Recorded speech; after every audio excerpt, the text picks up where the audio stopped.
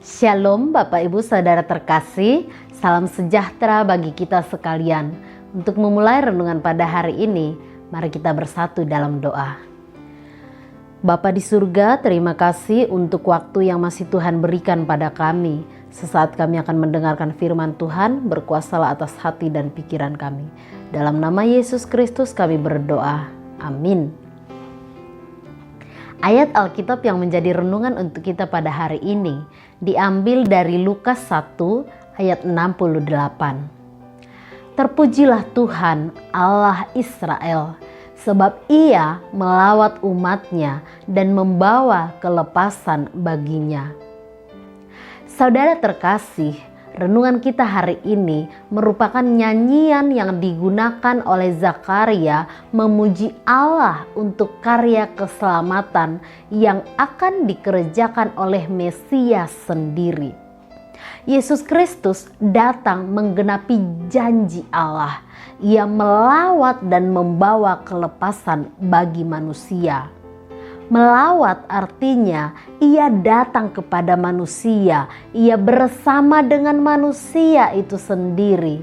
Melawat tidak hanya memperhatikan dari jauh atau memantau dari tempat yang berbeda. Yesus datang kepada manusia supaya ia tidak lagi menjadi Allah yang jauh, Allah yang tidak dikenal, melainkan ia menjadi sangat dekat dengan manusia dan ia bersama-sama dengan kita. Ia bukan hanya datang kepada kita, malahan ia juga membawa kelepasan bagi manusia.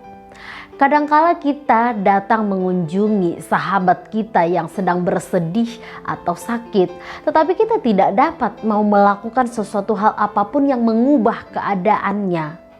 Namun berbeda dengan kedatangan Kristus dalam hidup kita. Ia datang kepada kita dan mengubah hidup kita secara keseluruhan. Ia menggantikan penghukuman dengan anugerah, dengan membawa kelepasan bagi manusia dari ikatan dosa. Saudara terkasih, Tuhan tidak pernah melupakan janjinya. Ia juga tidak lalai terhadap umat yang dikasihinya. Jika kuasanya sanggup untuk membebaskan kita dari hukuman kekal oleh karena dosa, jika dalam karyanya ia sanggup memenuhi janji-janjinya untuk membebaskan kita dari kegelapan dosa, ingatlah perkataan ini, ia pun sanggup untuk membebaskan kita dari kegelapan yang saat ini sedang kita alami. Kegelapan-kegelapan yang ada di dunia ini yang saat ini terjadi dalam kehidupanmu. Ia tidak membebaskan kita dari kuasa dosa lalu melupakan kita begitu saja. Ataupun ia tidak membebaskan kita dari kuasa dosa untuk kemudian ia terlantarkan. Namun ia adalah Immanuel, Allah yang senantiasa melawat kita, Allah yang selalu memberkati kita, Allah yang selalu ada bersama-sama dengan kita. Ini menjadi garansi dalam kehidupan kita. Di dalam imanmu, katakanlah, Tuhan juga berkuasa untuk melepaskan kita dari segala ketakutan, penderitaan, kegelisahan, kekhawatiran, atau kegelapan apapun yang saat ini terjadi dalam kehidupanmu.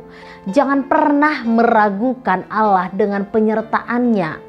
Ia adalah Allah yang setia mengasihi dan setia menggenapi janjinya. Ia pula adalah Allah yang selalu pasti membebaskanmu bahkan dari ketergantungan apapun yang tidak ia kehendaki dalam kehidupanmu.